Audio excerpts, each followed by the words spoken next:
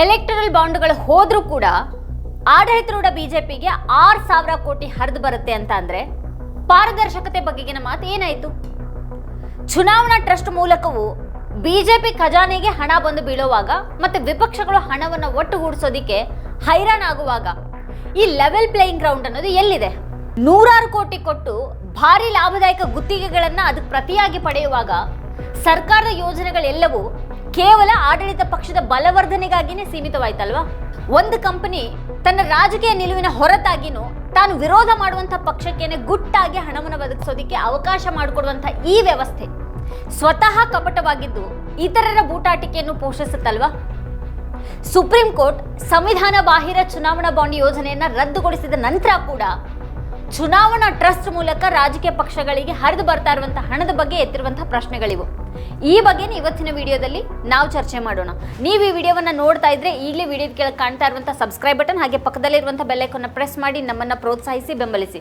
ಇಂತಹ ಪ್ರಶ್ನೆಗಳನ್ನ ಕೇಳುವ ನಿಮ್ಮ ವಾರ್ತಾ ಭಾರತಿಗೆ ಪ್ರತಿಯೊಬ್ಬ ಸಬ್ಸ್ಕ್ರೈಬರ್ ಕೂಡ ದೊಡ್ಡ ಶಕ್ತಿ ಆಗ್ತಾರೆ. ಈ ವಿಡಿಯೋವನ್ನ ಮಿಸ್ ಮಾಡದೆ ಕೊನೆವರೆಗೂ ನೋಡಿ. ಹಾಗೆ ಈ ಕುರಿತಾಗಿ ನಿಮ್ಗೇನು ಅಭಿಪ್ರಾಯಗಳಿದೆ ಅದನ್ನ ಈ ವಿಡಿಯೋದ ಕೆಳಗಡೆ ಕಮೆಂಟ್ ಮಾಡಿ ನಮಗೆ ತಿಳಿಸಿ. ಹಾಗೆ ವಿಡಿಯೋದ ಲಿಂಕ್ ಅನ್ನ ನಿಮ್ಮೆಲ್ಲ ಬಂಧು ಮಿತ್ರರಿಗೆ ವಾಟ್ಸ್ಆಪ್ ಮಾಡಿ ಸತ್ಯವನ್ನ ಎಲ್ಲರಿಗೂ ತಲುಪಿಸಿ. ಈಗಿನ ವಿಷಯಕ್ಕೆ ಬರೋಣ. 2024ರಲ್ಲಿ ಸುಪ್ರೀಂ ಕೋರ್ಟ್ ಸಂವಿಧಾನ ಬಾಹಿರ ಚುನಾವಣಾ ಬಾಂಡ್ ಯೋಜನೆಯನ್ನು ರದ್ದುಗೊಳಿಸಿದಾಗ ಇನ್ನೆಲ್ಲಾನು ಸರಿ ಹೋಗಬಹುದು ಅನ್ನುವಂಥ ಒಂದು ಸಣ್ಣ ಭರವಸೆ ಮೂಡಿತ್ತು. ಈ ತೀರ್ಪು ಬಂದಾಗ ರಾಜಕೀಯ ಪಕ್ಷಗಳಿಗೆ ಹರಿದು ಬರುವಂಥ ಹಣದ ಮೂಲ ತಿಳಿದುಕೊಳ್ಳೋದಕ್ಕೆ ಜನರಿಗೆ ಹಕ್ಕಿದೆ ಅಂತ ಹೇಳಲಾಯಿತು. ಆ ತೀರ್ಪಿನಲ್ಲಿ ಪಾರದರ್ಶಕತೆಯ ಭರವಸೆ ಸಿಕ್ತು. ಆದರೆ 2024-25ರಲ್ಲಿ ಆದದೇನು? ಬೃಹತ್ ಕಾರ್ಪೊರೇಟ್ ಬಂಡವಾಳ ಮತ್ತೆ ರಾಜಕೀಯ ಶಕ್ತಿಯ ನಡುವಿನ ಸಂಬಂಧ ಮುಗಿದೇ ಹೋಗಬಹುದು ಅಂತ ಯಾರಾದರೂ ಅಂದ್ಕೊಂಡಿದ್ರೆ ಅದು ಸುಳ್ಳಾಗಿದೆ. ಚುನಾವಣಾ ಟ್ರಸ್ಟ್ ಮೂಲಕ ಜಾಸ್ತಿನೇ ಹಣ ಬಿಜೆಪಿ ಅಂತ ಪಕ್ಷಕ್ಕೆ ಹರಿದು ಬಂದಿರುವಾಗ ಚುನಾವಣಾ ಬಾಂಡ್ ರದ್ದಾದರೂ ಕೂಡ ಈ ಕಾರ್ಪೊರೇಟ್ ದುಡ್ಡಿಗೆ ಪ್ರತಿಯಾಗಿ ಗುತ್ತಿಗೆ ನೀಡುವಂಥ ಸರ್ಕಾರದ ಚಾಳಿ ಮುಂದುವರೆಸಿರೋದು ಸ್ಪಷ್ಟವಾಗಿದೆ. ಈಗ ಚುನಾವಣಾ ಟ್ರಸ್ಟ್ ಒಂದು ವೈಭವೀಕರಿಸಿದ ಹಣ ವರ್ಗಾವಣೆ ಯಂತ್ರ ಆಗಿದೆ. ಅಲ್ಲಿಯೂ ಕೂಡ ಮೂಲಗಳನ್ನು ಮರೆಮಾಚಲಾಗತ್ತೆ. ಹಣ ಎಲ್ಲಿಗೆ ಹೋಗಬೇಕು ಅನ್ನೋದು ಮೊದಲೇನೆ ನಿರ್ಧಾರ ಆಗಿರುತ್ತೆ. ಮತ್ತಿದು ಸಮನಾದ ಆಟದ ಮೈದಾನದ ಪರಿಕಲ್ಪನೆಯನ್ನೇ ಅಣಕಿಸುತ್ತೆ. ಅಲ್ಲಿಗೆ ಪ್ರಜಾಪ್ರಭುತ್ವ ಅನ್ನೋದು ಎಲ್ಲಿ ಉಳಿದಿದೆ ಅಂತ ಕೇಳ್ಕೊಳ್ಬೇಕಾಗತ್ತೆ ಅಷ್ಟೇ. ಈ ವಂಚನೆ ಯಾವ ಮಟ್ಟದ್ದು ಅಂತ ತಿಳಿಯೋದಿಕ್ಕೆ ಚುನಾವಣಾ ಟ್ರಸ್ಟ್ಗಳು ಪಾರದರ್ಶಕ ಅನ್ನುವಂಥ ಒಂದು ಸುಳ್ಳನ್ನು ಮೊದಲು ಗ್ರಹಿಸಬೇಕಾಗತ್ತೆ. ಕಾಗದದ ಮೇಲಷ್ಟೇನೆ ಅವುಗಳ ಪಾರದರ್ಶಕತೆ ಅನ್ನೋದು ತೀರಾ ರಹಸ್ಯ ಏನಲ್ಲ. ಈಗ ಕಂಪನಿಗಳು ಟ್ರಸ್ಟ್ಗೆ ದೇಣಿಗೆಯನ್ನು ನೀಡುತ್ತೆ ಮತ್ತು ಟ್ರಸ್ಟ್ ಪಕ್ಷಗಳಿಗೆ ದೇಣಿಗೆಯನ್ನು ನೀಡುತ್ತೆ. ಎಲ್ಲವೂ ದಾಖಲಾಗಿದೆ ಮತ್ತು ಚುನಾವಣಾ ಆಯೋಗಕ್ಕೆ ವರದಿಯನ್ನು ಮಾಡಲಾಗಿದೆ. ಆದರೆ ಇಲ್ಲೊಂದು ಗಂಭೀರ ಲೋಪ ಇದೆ.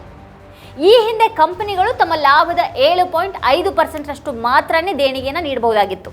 ಆದರೆ ಮೋದಿ ಸರ್ಕಾರ ಆ ಮಿತಿಯನ್ನು ತೆಗೆದು ಹಾಕಿರೋದ್ರಿಂದ ಈಗ ನಷ್ಟದಲ್ಲಿರುವಂಥ ಅಥವಾ ಶೆಲ್ ಕಂಪನಿಗಳು ಬೇಕಾಬಿಟ್ಟು ಹಣವನ್ನು ಸುರಿಯೋದಕ್ಕೆ ಹಾದಿ ಮಾಡಿಕೊಟ್ಟಾಗಿದೆ. ಇದು ಕಪ್ಪು ಹಣ ಬಿಳಿಯಾಗುವಂಥ ನೇರ ಮಾರ್ಗ ಅಲ್ವಾ? ಇಷ್ಟು ಮಾತ್ರಕ್ಕೇನೆ ಅದು ಪಾರದರ್ಶಕವಾಗಿ ಬಿಡೋದಕ್ಕೆ ಸಾಧ್ಯ ಇಲ್ಲ. ದುಡ್ಡು ಹರಿಯುವಂಥ ಕಾರ್ಪೊರೇಟ್ಗಳು ಚುನಾವಣಾ ಟ್ರಸ್ಟ್ ಯಾರಿಗಾದರೂ ಎಷ್ಟು ಬೇಕಾದರೂ ಕೊಟ್ಕೊಳ್ಳಲಿ ಅನ್ನೋಂಥ ಒಂದು ಮನಸ್ಥಿತಿಯಿಂದ ಕೋಟಿಗಟ್ಟಲೆ ಸುರಿಯುತ್ತವೆ ಅಂತ ನಂಬೋದಕ್ಕೆ ಸಾಧ್ಯ ಇದೆಯಾ? ಚುನಾವಣಾ ಟ್ರಸ್ಟ್ ಅನ್ನೋದನ್ನು ಕೂಡ ಇಲ್ಲಿ ಒಂದು ಸಾಧನವಾಗಿ ಬಳಸ್ಕೊಳ್ಳೋದು ಆ ಮಹಾನ್ ಆಟಗಾರರಿಗೆ ಗೊತ್ತಿಲ್ಲದಂಥ ವಿಷಯನ ಇದು. ಚುನಾವಣಾ ಟ್ರಸ್ಟ್ಗೆ ವಿವಿಧ ಕಂಪನಿಗಳು ಕೋಟಿಗಟ್ಟಲೆ ಲೆಕ್ಕದಲ್ಲಿ ಹಣವನ್ನು ಕೊಡ್ತವೆ. ಇದೆಲ್ಲವೂ ಒಟ್ಟಿಗೆ ಸೇರುತ್ತೆ ಮತ್ತು ಅದರಿಂದ ಟ್ರಸ್ಟ್ ವಿವಿಧ ಪಕ್ಷಗಳಿಗೆ ಇಷ್ಟಿಷ್ಟು ಅಂತ ಕೊಡುತ್ತೆ. ಟ್ರಸ್ಟ್ ಯಾವ ಪಕ್ಷಕ್ಕೆ ಹಣ ಕೊಟ್ಟಿದೆ ಅನ್ನೋದು ತನಗೆ ಗೊತ್ತಿಲ್ಲ ಅಥವಾ ಅದರ ಮೇಲೆ ತನಗೆ ಹಿಡಿತಾ ಇಲ್ಲ ಅಂತ ಹಣ ಕೊಟ್ಟಂಥ ಕಂಪನಿ ಹೇಳ್ಬೋದು. ಆದರೆ ಅದು ಸತ್ಯನಾ? ಅಂದರೆ ಈಗ ಕಾನೂನಾತ್ಮಕ ಪ್ರಶ್ನೆಗಳು ಅಂತ ಎದ್ದಾಗ ಅಥವಾ ಅಗತ್ಯ ಬಿದ್ದಾಗ ತಾಂತ್ರಿಕವಾಗಿ ಉತ್ತರಿಸೋದಕ್ಕೆ ಅಥವಾ ನುಣುಚಿಕೊಳ್ಳೋದಕ್ಕೆ ಇದೊಂದು ಪೂರ್ವ ನಿಯೋಜಿತ ವ್ಯವಸ್ಥೆ ಆಗಿದೆ. ಒಂದು ನಿರ್ದಿಷ್ಟ ಕಂಪನಿ ನಿರ್ದಿಷ್ಟ ಮೊತ್ತವನ್ನು ಒಂದು ನಿರ್ದಿಷ್ಟ ಪಕ್ಷಕ್ಕೆ ಅಂತಲೇ ಹಾಕುತ್ತೆ ಅನ್ನೋ ಒಂದು ಸತ್ಯವನ್ನು ನಿರಾಕರಿಸೋದಕ್ಕೆ ಇದೊಂದು ವ್ಯವಸ್ಥೆ. ಈಗ ಚುನಾವಣಾ ಟ್ರಸ್ಟ್ ಫೈರ್ ವಾಲ್ಗಾಗಿ ಕೆಲಸ ಮಾಡುತ್ತೆ.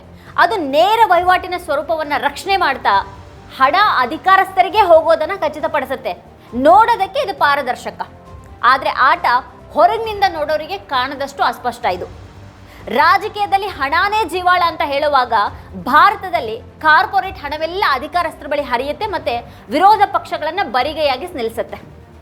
ಆಡಳಿತಾರೂಢ ಪಕ್ಷವನ್ನು ದೊಡ್ಡ ಮಟ್ಟದಲ್ಲಿ ಬಲಪಡಿಸಲಾಗ್ತಾ ಇದ್ದು 2024-25ರಲ್ಲೂ ಕೂಡ ಇದೇ ನಡೆದಿದೆ. ಅಸೋಸಿಯೇಷನ್ ಫಾರ್ ಡೆಮಾಕ್ರೆಟಿಕ್ ರಿಫಾರ್ಮ್ಸ್ ಅಂದರೆ ADR ವರದಿಯ ಪ್ರಕಾರ ಈ ವರ್ಷ ಪಕ್ಷಗಳಿಗೆ ನೀಡಲಾದಂಥ ಎಲ್ಲ ರಾಜಕೀಯ ದೇಣಿಗೆಗಳಲ್ಲಿ ಬಿಜೆಪಿ 85% ಪಡೆದು ಎಲ್ಲರನ್ನೂ ಬೆಚ್ಚಿ ಬೀಳಿಸಿದೆ. ಅದರ ನಿಧಿ 6,000 ಕೋಟಿಗೂ ಹೆಚ್ಚು ಬೆಳೆದಿದೆ. 2023-24ರಲ್ಲಿ ಪಡೆದಿರೋದಕ್ಕಿಂತಲೂ 50% ಹೆಚ್ಚಾಗಿದೆ. ಈಗ ಅದಕ್ಕೆ ತದ್ ವಿರುದ್ಧವಾಗಿ ಪ್ರಮುಖ ವಿರೋಧ ಪಕ್ಷವಾದಂಥ ಕಾಂಗ್ರೆಸ್ ನಿಧಿಯಲ್ಲಿ ಅರ್ಧದಷ್ಟು ಕಡಿತ ಆಗಿದೆ. 522 ಕೋಟಿಯನ್ನು ಒಗ್ಗೂಡಿಸೋದಕ್ಕೆ ಅದು ಹೈರಾಣಾಗ್ಬಿಟ್ಟಿದೆ. ಮತ್ತೆ ಬಿಜೆಪಿಯ ಗಳಿಕೆ ಈಗ ಕಾಂಗ್ರೆಸ್ಗಿಂತ 12 ಪಟ್ಟು ಹೆಚ್ಚಾಗಿದೆ. ಈ ರೀತಿ ಒಂದು ಇಡೀ ವ್ಯವಸ್ಥೆಯನ್ನೇ ಆಡಳಿತಾರೂಢ ಪಕ್ಷ ಹೇಗೆ ಕಬ್ಜಾ ಮಾಡ್ಕೊಂಡಿದೆ ಅನ್ನೋದನ್ನ ನಾವಿಲ್ಲಿ ನೋಡಬಹುದು. ಹೀಗಿರುವಾಗ ಮುಕ್ತ ಮತ್ತು ನ್ಯಾಯಸಮ್ಮತ ಚುನಾವಣೆ ಅನ್ನೋದು ಲೊಳಲಟ್ಟೆ ಮಾತ್ರನೇ.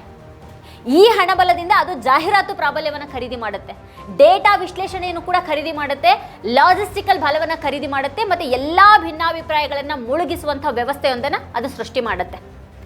ಕಾರ್ಪೊರೇಟ್ ವಲಯ ಪ್ರಜಾಪ್ರಭುತ್ವದಲ್ಲಿ ಹೂಡಿಕೆ ಮಾಡ್ದೇನೆ ತನಗಾಗಿ ಏನು ಬೇಕೋ ಅದನ್ನು ಪಡೆಯೋದಕ್ಕಾಗಿ ಹೂಡಿಕೆ ಮಾಡ್ತಾ ಇದೆ ಅನ್ನೋದಂತೂ ಇಲ್ಲಿ ಸ್ಪಷ್ಟ ಆಯ್ತು. ಈಗ ಚುನಾವಣಾ ಬಾಂಡ್ ಹೋದರೂ ಕೂಡ ಈಗ ಚುನಾವಣಾ ಟ್ರಸ್ಟ್ ಮೂಲಕ ಪೇ ಟು ಪ್ಲೇ ಅಥವಾ ಕ್ವಿಡ್ ಪ್ರೋಕೋ ಸಂಸ್ಕೃತಿ ಮುಂದುವರೆದಿದೆ ಮತ್ತು ಇದು ಇನ್ನೂ ಕೂಡ ವ್ಯವಸ್ಥಿತಗೊಂಡಿದೆ.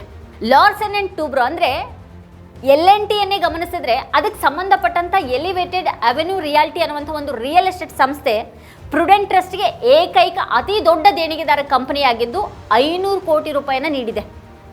ಇದು ಬಿಜೆಪಿಯ ಅತಿ ದೊಡ್ಡ ಫಲಾನುಭವಿಯಾಗಿದ್ದು ಈ ವ್ಯವಸ್ಥೆಯಲ್ಲಿ L&T ಪಡೆದುಕೊಂಡಿರೋದರ ಪಟ್ಟಿ ಬಹಳ ದೊಡ್ಡದಿದೆ.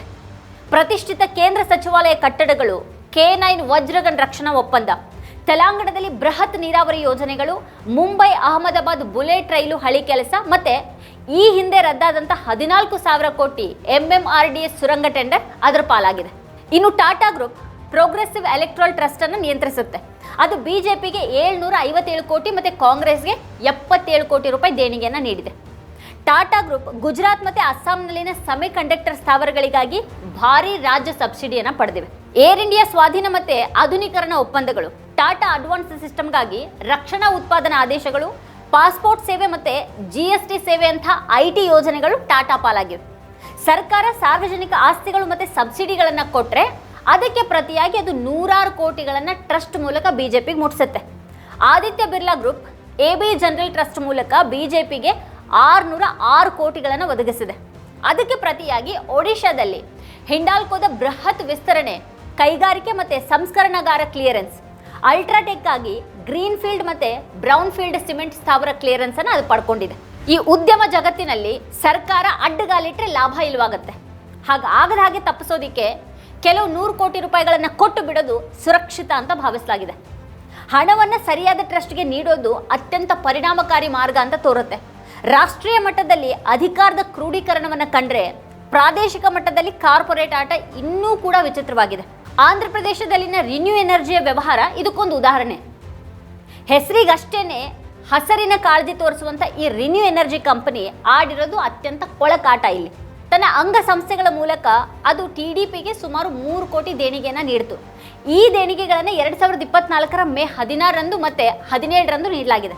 ಅಂದರೆ ಮತದಾನದ 3 ದಿನಗಳ ನಂತರ ಮತ್ತು ಜೂನ್ 4ರಂದು ಫಲಿತಾಂಶ ಘೋಷಿಸುವಂಥ ವಾರಗಳ ಮೊದಲು ಈ ಒಂದು ವ್ಯವಹಾರ ನಡೆದಿದೆ. ಮಾದರಿ ನೀತಿ ಸಂಹಿತೆ ಜಾರಿಯಲ್ಲಿದ್ದಾಗ ಇದೆಲ್ಲನೂ ನಡೀತು ಅಂತ ಅಂದರೆ ಇದಕ್ಕೆ ಕಾರಣ ಕ್ರೋನಿ ಕ್ಯಾಪಿಟಲಿಸಮ್. ಇಲ್ಲಿ ಗೆಲ್ಲವರು ಯಾರನ್ನಂತ ಪ್ರಶ್ನೆನೇ ಬರೋದಿಲ್ಲ. ಗೆಲುವನ್ನು ಮೊದಲೇನೆ ಖರೀದಿ ಮಾಡಲಾಗಿರುತ್ತೆ. ತಿಂಗಳುಗಳ ನಂತರ ರಿನ್ಯೂ ಹೊಸ TDP ಸರ್ಕಾರದೊಂದಿಗೆ 60,000 ಕೋಟಿ ಮೌಲ್ಯದ ಒಪ್ಪಂದಗಳಿಗೆ ಸಹಿ ಹಾಕ್ತು. ಈ ಚುನಾವಣಾ ಟ್ರಸ್ಟ್ ವ್ಯವಸ್ಥೆ ಮೂಲಕ ಪಕ್ಷಕ್ಕೆ ಅಗತ್ಯ ಇದ್ದಾಗ ಹಣ ಹರಿದು ಬರುತ್ತೆ ಮತ್ತು ಗೆಲುವು ಸಿಕ್ಕಾಗ ಕಂಪನಿಗೆ ಸಿಗಬೇಕಾದಂಥ ಡೀಲ್ಗಳು ಸಿಗ್ತವೆ. ಬಹುಶಃ ಈ ಎಲೆಕ್ಟ್ರಲ್ ಟ್ರಸ್ಟ್ನ ಅತ್ಯಂತ ಕಪಟ ಅಂಶ ಏನು ಅಂತ ಅಂದರೆ ಯಾವುದೇ ಕಾರ್ಪೊರೇಟ್ ತನ್ನ ರಾಜಕೀಯ ಸಿದ್ಧಾಂತವನ್ನು ಮರೆಮಾಚೋದಕ್ಕೆ ಅವಕಾಶವನ್ನು ನೀಡುತ್ತೆ ಅನ್ನೋದು. ಇದು ಅವರಿಗೆ ನಾವು ತಟಸ್ಥರು ಅಂತ ಹೇಳೋದಕ್ಕೆ ಅವಕಾಶವನ್ನು ನೀಡುತ್ತೆ. ಇದು Mahindra group new democratic electoral ಟ್ರಸ್ಟ್ಗೆ ಹಣಕಾಸನ್ನು ಒದಗಿಸೋದಕ್ಕೆ ಅನುವು ಮಾಡಿಕೊಡುತ್ತೆ ಮತ್ತು ಅದಾದ ನಂತರ ಬಿಜೆಪಿಗೆ 150 ಕೋಟಿಗಳನ್ನು ಮುಟ್ಟಿಸಿ ಉಳಿದ ಪಕ್ಷಗಳಿಗೆ ಒಂದು ಚೂರು ಪಾರ್ ಹಂಚುತ್ತೆ. ಇವೆಲ್ಲವೂ ಕಾರ್ಪೊರೇಟ್ ತಟಸ್ಥತೆಯ ಮುಖವನ್ನು ಉಳಿಸುತ್ತವೆ. ಇಂಡಿಗೋ ಅಂಥ ಕಂಪನಿಗಳು ತಮ್ಮ ವಿಮಾನಯಾನ ಕಾರ್ಯಾಚರಣೆಗಳಿಗೆ ಸಂಬಂಧಪಟ್ಟಂಥ ವಿವಾದಗಳ ನಡುವೆನೇ ಪ್ರುಡೆಂಟ್ ಟ್ರಸ್ಟ್ಗೆ 40 ಕೋಟಿ ದೇಣಿಗೆಯನ್ನು ನೀಡೋದು ಸಾಧ್ಯವಾಗುತ್ತೆ. ನೇರ ದೇಣಿಗೆಯಿಂದ ಬರುವಂಥ ನೇರ ಸಾರ್ವಜನಿಕ ಪರಿಶೀಲನೆಯನ್ನು ಇದು ತಪ್ಪಿಸುತ್ತೆ. ಇದು ವಿವಾದಾತ್ಮಕ ಲಾಟ್ರಿ ದೊರೆ ಸ್ಯಾಂಟಿಯಾಗೋ ಮಾರ್ಟಿನ್ಗೆ ಸಂಬಂಧಪಟ್ಟಂಥ ಟೈಗರ್ ಅಸೋಸಿಯೇಟ್ಸ್ಗೆ ತನ್ನ ಹಣವನ್ನು ಬಿಳಿ ಮಾಡ್ಕೊಳ್ಳೋದಕ್ಕೆ ಅವಕಾಶ ಮಾಡಿಕೊಡುತ್ತೆ.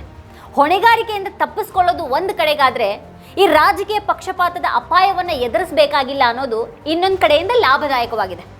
ವೀಕ್ಷಕರ ಈ ಕುರಿತಾಗಿ ನೀವೇನು ಹೇಳ್ತೀರಿ? ನಿಮ್ಗೇನು ಅನಿಸಿಕೆ ಅಭಿಪ್ರಾಯಗಳಿದೆ ಅದನ್ನು ವಿಡಿಯೋದ ಕೆಳಗಡೆ ಕಮೆಂಟ್ ಮಾಡಿ ನಮಗೆ ತಿಳಿಸಿ. ಇದೇ ಹೊತ್ತಿನ ಸ್ಪೆಷಲ್ ನೋಡ್ತಾ ಇರಿ ವಾರ್ತಾಭಾರತಿ. ನೀವಿನ್ನು ವಾರ್ತಾಭಾರತಿ ಯೂಟ್ಯೂಬ್ ಚಾನಲನ್ನು ಸಬ್ಸ್ಕ್ರೈಬ್ ಮಾಡಿಲ್ಲ ಅನ್ನೋದಾದರೆ ಈ ಕೂಡಲೇ ಸಬ್ಸ್ಕ್ರೈಬ್ ಮಾಡಿ, ಹಾಗೆ ಪಕ್ಕದಲ್ಲಿರುವಂಥ ಬೆಲ್ ಐಕಾನ್ನ ಪ್ರೆಸ್ ಮಾಡಿ ನಮ್ಮನ್ನು ಪ್ರೋತ್ಸಾಹಿಸಿ.